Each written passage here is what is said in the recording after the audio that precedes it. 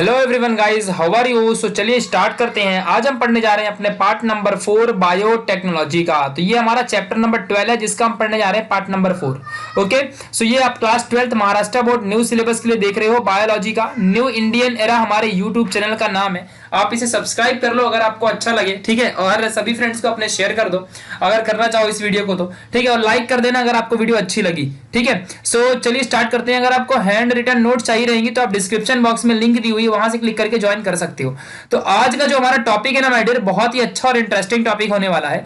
Because आज सिर्फ हमें आसान आसान चीजें जैसे कि एप्लीकेशंस ऑफ बायोटेक्नोलॉजी के देखने वाले हैं।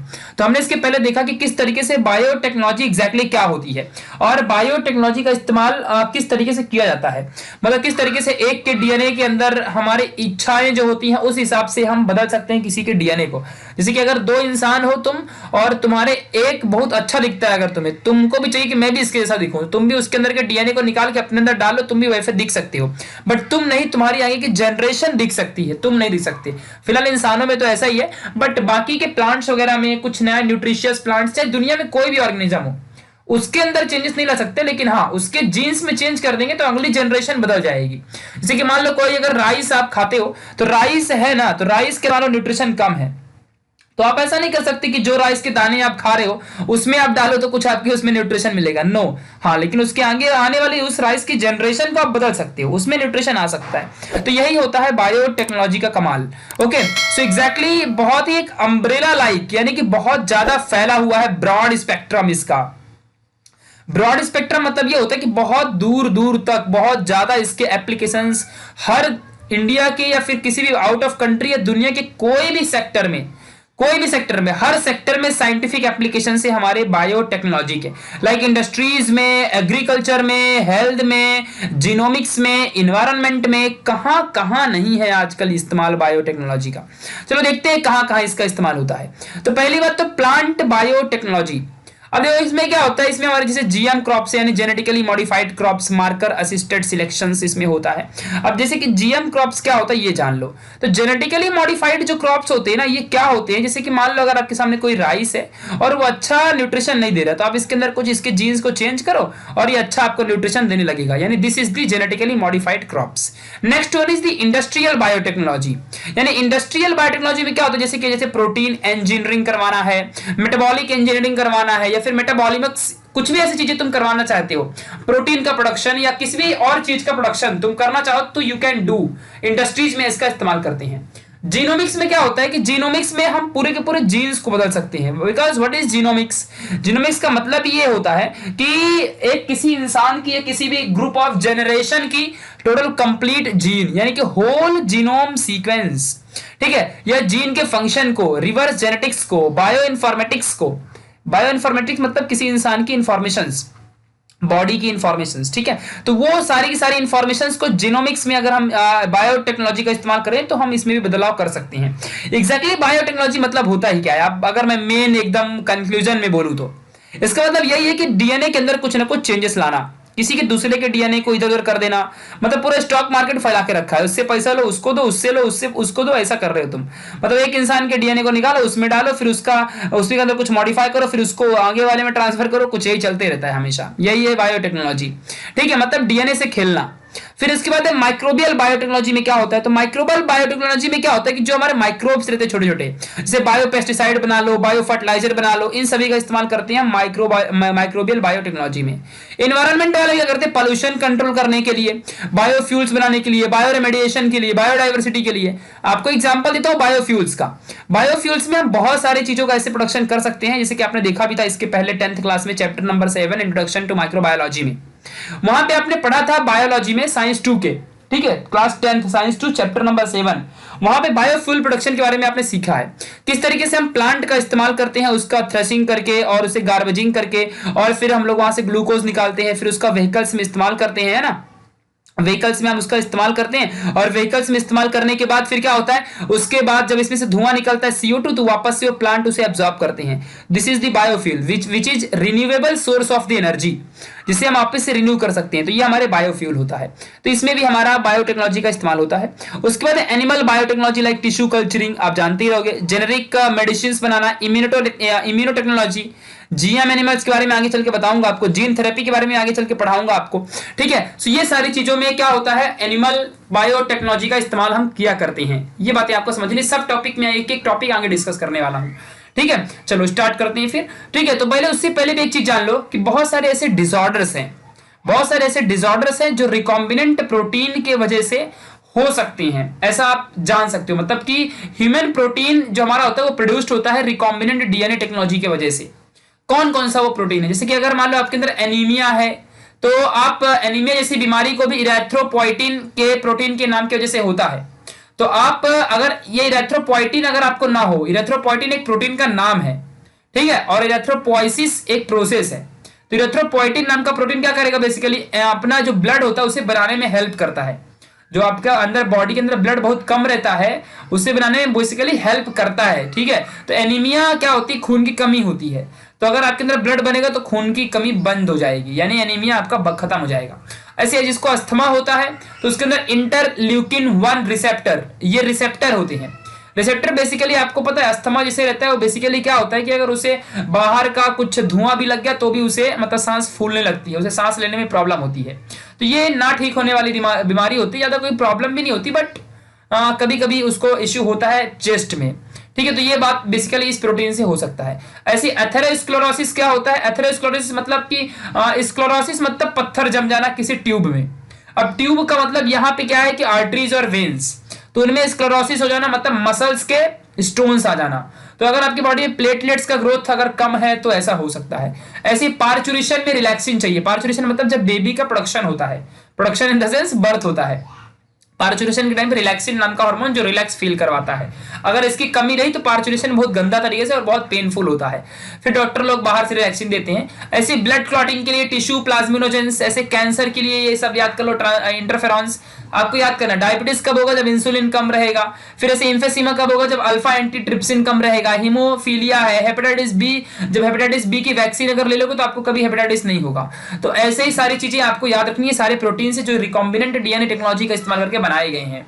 फॉर एग्जाम्पल मान लो किसी को हेपेटाइटिस है, ठीक है, और इसकी एंटीबॉडी इस घोड़े के पास या इसी इंसान के पास है, तो हम क्या कर सकते हैं, हम इसके अंदर से डीएनए के सेगमेंट को निकालेंगे, इसकी क्लोनिंग करेंगे, और जिस इंसान को हेपेटाइटिस है या किसी और चीज को है या इसी को हो सकता है उसके अंदर हम डीएनए डाल देंगे, तो अब इस इंसान के अंदर भी उसकी एंटीबॉडीज आ जाएंगी खुद का खुद, अब इसको भी कभी हेपेटाइटिस नहीं होगा। तो ऐसा होता है, ठीक है। यही सब डीएनए का बहुत ज्यादा इस्तेमाल है। सोचो वैक्सीन कैसे बनती है, वैक्सीन रिकॉम्बिनेंट डीएनए टेक्नोलॉजी का इस्तेमाल करके ही बनती है, जो मैंने आपको सब सिखाया था इसके पहले, ठीक है। तो ये अभी कोरोना की वैक्सीन कैसे बनाई जा रही है, ऐसे ही बनाने की कोशिश की जा रही है। जितने लोग कोरोना से रिकवर हो रहे हैं वो कैसे ठीक हो रहे हैं, तो उनके अंदर का जो एंटीबायोटिक्स है उसका इस्तेमाल करके और ऐसी वैक्सीन हमारी क्रिएट की जा रही है।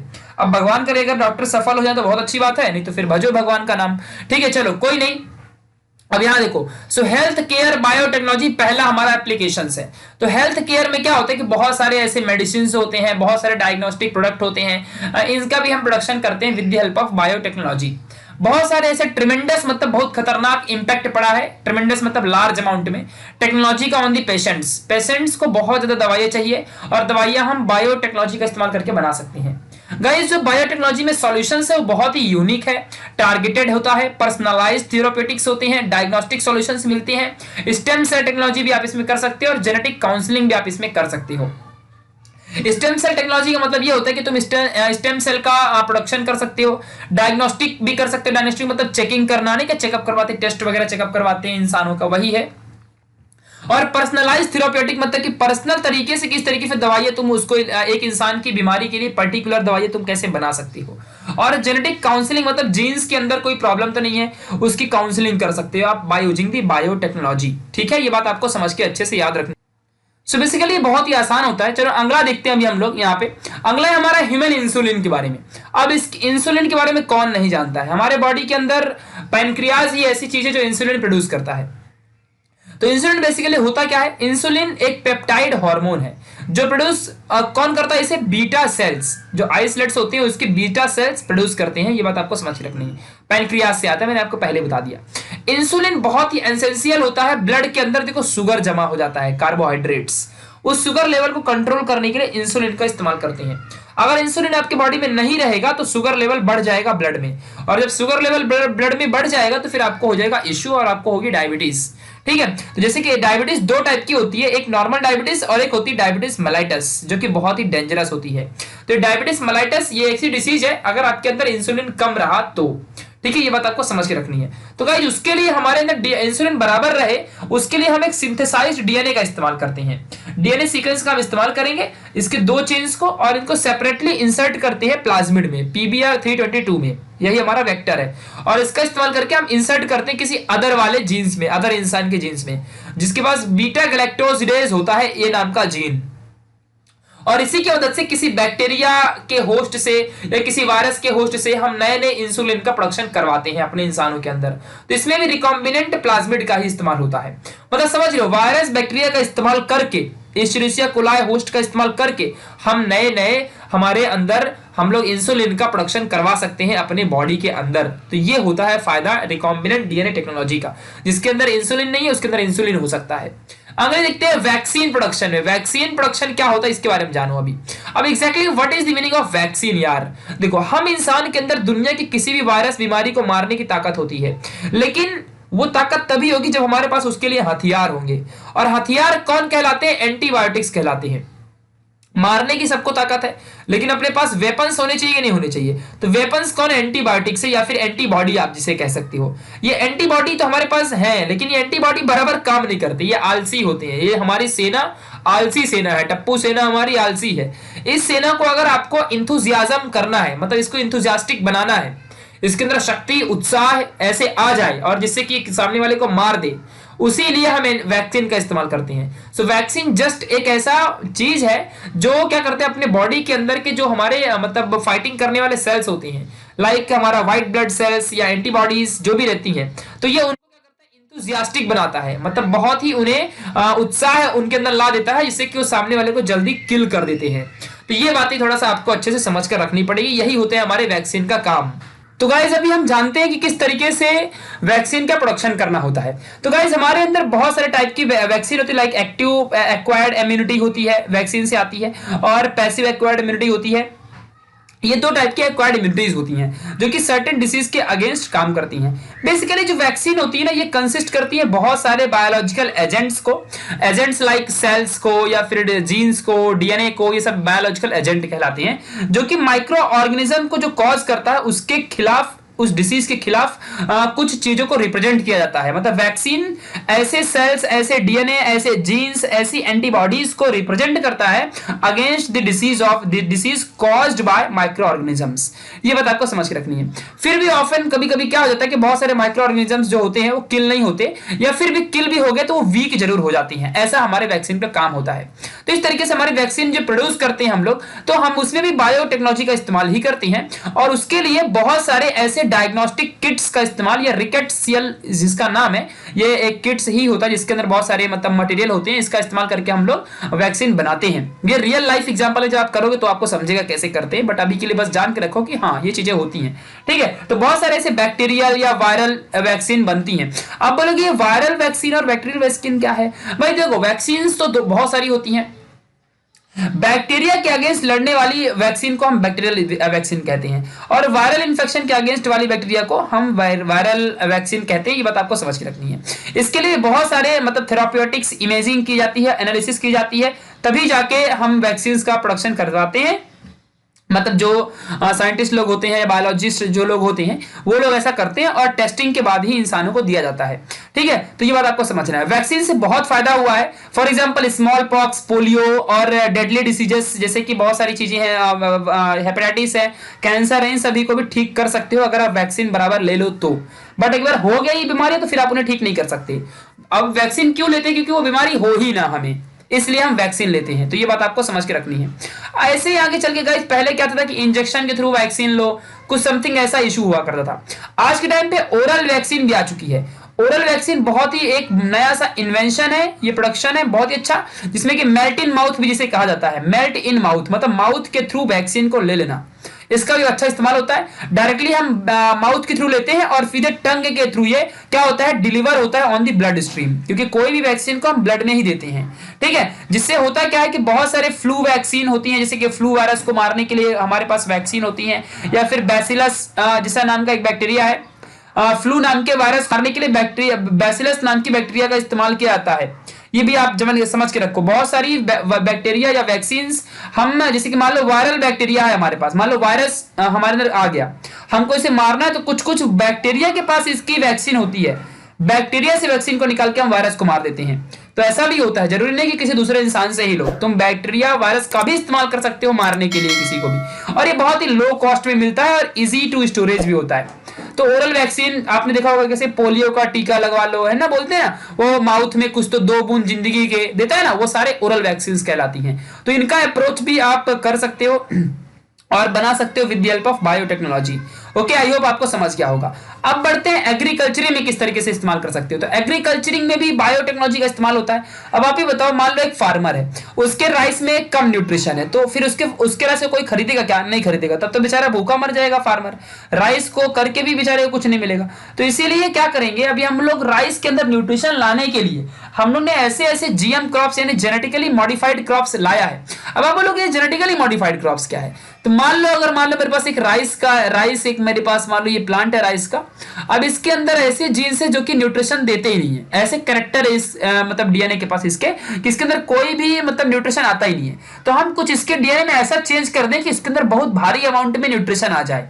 ठीक है, तो इसी को कहते हैं, अब जीन्स को मॉडिफाई किया हमने, तो इसी को कहते हैं जेनेटिकली मॉडिफाइड ऑर्गेनिजम्स, या जेनेटिकली मॉडिफाइड कॉटन्स, या जेनेटिकली मॉडिफाइड प्लांट, या कोई भी चीजें।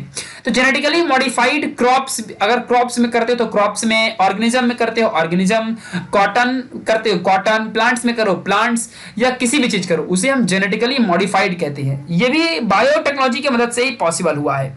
ठीक है, बहुत सारे प्लांट्स, एनिमल, माइक्रो ऑर्गेनिज्म, इन सभी को अगर हम करते हैं तो ये एग्रीकल्चरिंग में भी हमारे इसकी प्रोडक्टिविटी में भी बहुत सारा इंप्रूवमेंट हुआ है by using the genetical modification, gene modification के थ्रू। ठीक है, ऐसे ही करते करते टिश्यू कल्चरिंग में भी नए नए टिश्यूज का फॉर्मेशन जिसमें होता है। ठीक है, इनमें भी हम लार्ज स्केल में क्या कर सकते हैं, फॉर्मेशन कर सकते हैं टिश्यू कल्चरिंग का। ये भी एक अच्छा सा एप्लीकेशन है डीएनए, मतलब हमारे बायोटेक्नोलॉजी का बहुत बेस्ट ही एप्लीकेशन है ये भी। ऐसे ही करते करते टिश्यू कल्चरिंग में बहुत ज्यादा इस्तेमाल हुआ है हमारे बायोटेक्नोलॉजी का। ओके, ऐसे ही करते करते अभी हम देखो यहाँ पे देखने वाले हैं जीन थेरेपी के बारे में। अब आप बोलोगे एग्जैक्टली यार what is this gene therapy? अब देखो ये बहुत ही इंपॉर्टेंट पॉइंट है जीन थेरेपी। मान लो कि आप एक इंसान और आपके अंदर जीन्स क्या हुआ है, खराब हो गया, आपको जेनेटिक डिसऑर्डर्स हो गए और आप अभी मान लो आपको कभी ठीक नहीं हो सकते हो, तो क्या करेंगे, आपके अंदर के उन खराब वाले न्यूक्लियोटाइड्स को निकालेंगे और ये इंसान जो अच्छा है, ऐसा करते हैं, रियलिटी में बहुत महंगा होता है ऐसी प्रॉपर्टियां। अब इसके अंदर से जो अच्छा जीन है वही सेम सीक्वेंस इसके अंदर भी रहेगा, जो आपके अंदर नहीं है वो सीक्वेंस या ज्यादा सीक्वेंस, जैसे कि मान लो XXX सीक्वेंस किसमें रहता है, जिसके अंदर क्लाइनफिल्टर डिसीज होती है। 2X क्रोमोजोम तो फीमेल में होते हैं और एक और X क्रोमोजोम आ जाता है, तो उनके अंदर क्लाइनफिल्टर यानी ट्रांसजेंडर बन जाते हैं वो, है ना, हमें मालूम है। अगर मान लो बॉय भी है तो XY तो रहता ही और प्लस एक और X आ जाता है, तो ये X क्रोमोजोम हमको क्लाइनफिल्टर डिसीज दे जाता है। तो ये सब बीमारियां हैं, फिलहाल इन्हें ठीक तो नहीं कर सकते, अब तक इनकी कोई भी बीमारी की दवाई बनी नहीं है, बट फिर भी अगर और नॉर्मल बीमारियां रही तो उन्हें हम ठीक कर सकते हैं। कैसे? तो मान लो ये इंसान है तो इसके अंदर का हम लोग डीएनए निकालेंगे और इसके अंदर के उस सीक्वेंस को बाहर निकालेंगे और सीक्वेंस को इसके अंदर डाल देंगे। ठीक है, यानी कि इसके अंदर जो डिफेक्टिव जीन्स था उसको रिप्लेस कर देंगे या मॉडिफाई कर देंगे विद द हेल्प ऑफ मस्त वाला जो हमारा जीन्स रहेगा उससे।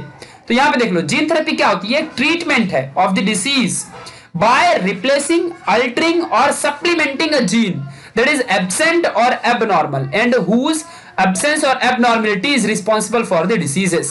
मतलब जिस भी इंसान के अंदर कुछ abnormality है या absent है कोई जीन्स, और उसी abnormality और उसी absency की वजह से उसको डिसीज होती है, तो इस एबनॉर्मल और इस एब्सेंसी को खत्म कर सकते हैं बाय ऐसे रिप्लेसिंग, अल्टरिंग और सप्लाई करके। अगर एब्सेंट है तो सप्लाई करेंगे, एबनॉर्मल है तो उसे अल्टर कर सकते हैं यानी कि दूसरा लगा देंगे, या फिर रिप्लेस कर सकते हैं। तो ये सब करके हम किसी इंसान के जीन्स को ठीक कर सकते हैं, and this is the gene therapy. Okay, understood my point? तो ये होता है। ऐसे ही करते करते जीन्स के थेरेपी के और भी बहुत सारे मतलब फायदे होते हैं, जैसे कि डिफेक्टिव जीन्स को मतलब रिप्लेस कर देना, उसके साथ साथ फिर मतलब हमारा डिलीवर जो जीन्स होता है उसको कैंसर सेल के डिस्ट्रक्शन से बचा लेना। ठीक है, हमारे नॉर्मल सेल में अगर मान लो आपको कैंसर हो गया है तो कैंसर सेल को नॉर्मल सेल में कन्वर्ट करना। अब जैसे कि देखो तुम लोग समझो, मान लो जैसे कैंसर होगा किसी को, कैंसर, अब कैंसर क्या होता है पहले ये बताओ भाई। देखो कैंसर में क्या होता है कि मान लो आपका ये सेल है, तो ये सेल क्या करेगा, ये अनकंट्रोल्ड ग्रोथ करेगा। इस सेल से एक और सेल बनेगा, फिर इससे भी और बनेगा, फिर ऐसे इससे और बनेगा, इससे भी और बनेंगे, इससे भी और बनेंगे, इससे और बनेंगे, ठीक है, फिर इससे भी और बनेंगे। ऐसे बहुत सारे सेल का uncontrolled growth of the cell, यही होता है कैंसर। तो अब मान लो ये एक सिंगल सेल एबनॉर्मल हो गया, तो इसको हम वापस से नॉर्मल सेल में बना सकते हैं, ठीक है। तो यही हमारा होता है जीन थेरेपी का इस्तेमाल। जीन थेरेपी का इस्तेमाल करके हम कैंसर को भी ट्रीट कर सकते हैं, ठीक है। इसीलिए कहते हैं कि अगर पहले स्टेज में हो तो कैंसर की दवाई करवा सकते हो, वरना फिर इतने सारे सेल बन गए तो इनको कितना रिप्लेस करोगे यार, मर जाओगे, तब तक नए बन जाएंगे, ठीक है। तो वैक्सीनेशन का इस्तेमाल करके हम बहुत सारी दवाइयों को ठीक कर सकते हैं, सब आप यहाँ पे रीड कर सकते हो, जो कि बहुत ज्यादा इंपॉर्टेंट है। मतलब जो डैमेज टिश्यू रहेगा उसको आप अच्छे से हील कर सकते हो। तो ये सारे बहुत सारे फायदे हमारे यहाँ हमारे पास है जीन थेरेपी के, जिनका इस्तेमाल करके आप लोग नए नए टेक्नोलॉजी या फिर इंसानों की दवाइयां बना सकते हो और सभी को फायदा दिला सकते हो। ओके, ऐसे ही माय डियर अब आगे और देखते हैं, मतलब कौन कौन से फॉर्म से हमारे पास जीन थेरेपी के कौन कौन से टेक्निक्स हैं। तो पहला टेक्निक है हमारे पास जर्म लाइन जीन थेरेपी। वो कहते हैं ना कि समस्या आने से पहले ही समस्या को जड़ से समाप्त कर दो, कहते हैं कि नहीं कहते हैं, तो वही चीजें यहाँ पे अप्लाई होती है। तो जर्म लाइंस में हमारा जीन थेरेपी हम करते हैं यहाँ पे, यानी कि जर्म लाइन कौन सी होती है, देखो मान लो कि ये एक इंसान है, ठीक है। अब इस इंसान की कोई बीमारी इसको हो गई है, तो अभी हम क्या कर सकते हैं कि इस इंसान को बीमारी तो इसके आगे आगे आगे वाली जनरेशन में भी हो जाएगी, तो कम से कम इसके आगे आने वाली जनरेशन में तो ना हो। तो इसके लिए हम क्या कर सकते हैं, हम लोग जर्म लाइन जीन थेरेपी कर सकते हैं। इसके बॉडी के अंदर जो जर्म्स हैं, अगर ये मेल है तो इसके पास होगा स्पर्म है, अगर इसके पास ये फीमेल है तो इसके पास होगा एग। तो इसका इस्तेमाल करके हम क्या कर सकते हैं, इसके एग में ही या फिर इसके स्पर्म में ही ऐसे जीन्स को डाल देंगे जिससे कि वो बीमारी ना हो सके जो फैलने वाली है इसके आगे या फिर इसको है, ठीक है। तो ऐसे हम डाल देंगे और जब इससे कोई नया बेबी या कुछ भी प्रोड्यूस होगा तो उसको, उसके एम्ब्रायो को या फिर उसके बेबी को कोई भी प्रॉब्लम नहीं होगी। समझा कि नहीं समझा, यानी कि नेक्स्ट जनरेशन में हम रिस्ट्रिक्ट कर सकते हैं और उसे उस इंसान को कोई भी बीमारी नहीं होगी, वो इंसान ठीक रहेगा। तो यानी कि वही है, समस्या आए उससे पहले ही समस्या को समाप्त कर दो, समझ गया। तो वही है यहाँ पे, यानी कि आने वाली जेनेटिक डिसऑर्डर्स को पहले ही काउंटर मतलब इनकाउंटर कर दो, तुम उसे पहले ही मार दो, समझ गया। तो ये सारी चीजें हैं, काउंटर करके एक्शन लो, और ये बहुत ही हाईली इफेक्टिव भी होता है, जिससे कि बहुत ज्यादा फायदा भी हो रहा है आजकल पूरे वर्ल्ड वाइड दुनिया में जेनेटिक डिसऑर्डर से ठीक होने के लिए, ठीक है। So always remember these all points, okay. Now next है, और भी एक पॉइंट है जिसमें जीन थेरेपी हम करते हैं, एग्जाम में आएगा। तो सोमेटिक सेल्स जीन थेरेपी के बारे में जान लो। What is the meaning of exactly somatic cell. अब देखो भाई, सेल जो होते हैं हमारे बॉडी के अंदर 3 टाइप्स के होते हैं बेसिकली। एक, अब ऐसे तो बहुत सारे टाइप के होते हैं बट बेसिक बोल रहा हूं मैं, स्टेम सेल्स, सोमेटिक सेल्स हमारे बॉडी में रहता है, और उसी तरीके से हमारे बॉडी में जर्म सेल होता है। अब जर्म सेल तो जर्मिनेशन सेल है, जिससे कि स्पर्म्स एंड एग्स बनते हैं। सोमेटिक सेल क्या होता है, जो हमारी स्किन होती है, स्किन है ना, जो चमड़ी है वो बनती है सोमेटिक सेल से, स्ट्रक्चर क्रिएट होता है हमारे स्किन का। और स्टेम सेल क्या है, इन सारे सेल्स को जनरेट करने में हेल्प करता है, यानी stem cell is the root cell जिससे सारे सेल बनते हो, समझ गया, चाहे वो जर्म सेल हो चाहे वो सोमेटिक सेल हो, सब ठीक है। तो ये सारी चीजें, तो अगर सोमेटिक सेल के लेवल में हम जीन थेरेपी करें तो अच्छी बात है, लाइक बोन मैरो सेल्स है या हेपेटिक सेल्स हैं, या फिर फाइब्रोब्लास्टिक एंडोथेलियम, यानी कि हमारी लेयर है अंदर की, एंडो मतलब अंदर, थीलियम मतलब लेयर, तो अंदर की लेयर हमारी ठीक होती है। जैसे पल्मोनरी थीलियम है, एपिथीलियम है, सेंट्रल नर्वस सिस्टम में ठीक कर सकते हो आप, इंडोक्राइन सेल्स को ठीक कर सकते हो, मसल्स में कोई प्रॉब्लम हो, ब्लड वेसल्स में कोई प्रॉब्लम हो, सबको आप सोमेटिक सेल्स की मदद से आप ठीक कर सकते हो। तो ये फायदा होता है इसका। ऐसे ही करते करते गाइस लास्ट पॉइंट हमारे पास बचा, जो हमारा एप्लीकेशंस है इस पूरा मतलब हमारे बायोटेक्नोलॉजी का। तो लास्ट है जीएमओज, यानी जेनेटिकली मॉडिफाइड ऑर्गेनिजम्स, ठीक है। इसके बारे में जान लो क्या होता है। तो एग्जैक्टली जो जेनेटिकली मॉडिफाइड ऑर्गेनिजम्स होते हैं ना, तो क्या होता है कि आर्टिफिशियली मैनिपुलेट करते हैं हम। अब मैनिपुलेशन क्या होता है कि कुछ कुछ जीन्स को रिप्लेस करके और अपने डिजायर्ड जीन्स किसी के अंदर डाल देना। हमें जैसे कि मान लो कोई इंसान है, हमें उसके अंदर अलग कैरेक्टर चाहिए, तो उसके अंदर हम क्या करेंगे, कुछ नई चीजें मैनिपुलेट करते हैं। मैनिपुलेट करना मतलब इसी को होता है, इंसान आर्टिफिशियली किसी के जीन्स को बदल देता है, जेनेटिक मटेरियल को बदल देता है, ठीक है, लेबोरेटरी के थ्रू। इसी को तो हम कहते हैं जेनेटिक इंजीनियरिंग। पहला पॉइंट हमारा, पहला वाला पार्ट इसी के ऊपर था हमारे इस चैप्टर का, ठीक है। तो ऐसा करके हम प्लांट्स में भी, एनिमल्स में भी, बैक्टीरिया में, हम सब में ये सब कर सकते हैं, ठीक है। हाँ, लेकिन ये नेचर में ऐसा नहीं होता है, नेचुरली आप ऐसा नहीं कर सकते हो, बट हम नेचर को क्रॉस करते हैं यार, है ना। और नेचर के अगेंस्ट जाती हैं। और हम ऐसा ट्रेडिशनल मेथड के थ्रू भी हम ऐसा नहीं कर सकते, बट फिर भी ट्रेडिशनली क्रॉस ब्रीडिंग करते हैं। क्रॉस ब्रीडिंग मतलब जैसे कि अगर मान लो, अब क्रॉस ब्रीडिंग क्या होती है आप ही बताओ जरा। अगर मैं इंसानों की बात करूं तो इंसानों में क्रॉस ब्रीडिंग तो यही है कि जैसे कि मान लो एक इंसान है और फिर ऐसे हो गया, फिर इसके बाद और ऐसे एक इंसान है, तो इसके सामने कुछ और नए बने, ठीक है, फिर इसका भी एक और जनरेशन आया, ठीक है, समझ लो, मान लो, या फिर यही जनरेशन अपने इनसे मेटिंग कर ले, समझ रहे, तो इससे कुछ क्रॉस ब्रीडिंग होती है। फिलहाल इंसानों में ऐसा इमोशंस होते तो नहीं करते हैं, बट प्लांट्स में और अदर एनिमल्स में या औरों में ऐसा इंसान करवाते हैं जबरदस्ती, देखने के लिए कि क्या प्रोड्यूस होता है। अब समझ गए रहोगे आप लोग, ठीक है। तो ऐसा क्रॉस ब्रीडिंग करा के हम नए नए जीन्स का मॉडिफिकेशन कर सकते हैं और नए नए जेनेटिकली मॉडिफाइड ऑर्गेनिजम्स को बना सकते हैं, ठीक है। तो ये भी बहुत सारे जेनेटिकली मॉडिफाइड ऑर्गेनिज्म, जीएमओस भी बहुत सारे इंजीनियर्ड हुए हैं। इंजीनियर्ड मतलब कि इंजीनियर नहीं बन गए हैं, इंजीनियर्ड मतलब उनका प्रोडक्शन हुआ है साइंटिफिक वे में, ठीक है। ये बात आपको समझ के रखनी है, ओके। और ऐसे ही हम गाइस बहुत सारे हर्बिसाइड्स यानी जो हर्ब्स को मारता हो, घास को खत्म करता हो, या इंसेक्टिसाइड यानी इंसेक्ट को जो मारता हो, तो इनका प्रोडक्शन हम कर भी चुके हैं ऑलरेडी जीएमओस का इस्तेमाल करके, यानी जेनेटिकली मॉडिफाई करके जीन्स को किसी भी बॉडी के अंदर को मॉडिफाई करके हमने ऐसा किया भी है, ठीक है। तो ये बहुत ही अच्छा एप्लीकेशन था हमारे बायोटेक्नोलॉजी का। अब हम मिलेंगे ऐसे अगले वाले वीडियो में जब हम और अच्छी अच्छी बातें पढ़ेंगे। तो आज का जो एप्लीकेशन था ये भी एग्जाम में 3 मार्क्स को आ सकता है पूरा का पूरा, तो इसमें से कोई भी आएगा आपको लिखना पड़ेगा एग्जाम में। फॉर एग्जांपल अगर जीन थेरेपी आ गई तो ये अकेले 3 मार्क्स को आएगी, तो इसके दोनों टाइप बता देना, सोमेटिक सेल वाला और जर्म सेल वाला, ठीक है। और जीन थेरेपी से क्या कर सकते हो उसकी डेफिनेशन लिख देना, मिल गए आपको 3 मार्क्स। तो ऐसे आपको लिखना होता है एग्जाम में, ठीक है। तो सारे नोट्स मैंने आपको दे रखी है और बस आपको इसी तरीके से पढ़ना है और मस्त एंजॉय करना है। अगर आप चाहो तो यहाँ कांटेक्ट कर सकते हो, या तो चाहो तो यहाँ कांटेक्ट कर सकते हो। मिलेंगे ऐसे अगले वाली वीडियो में, तब तक के लिए बाय बाय।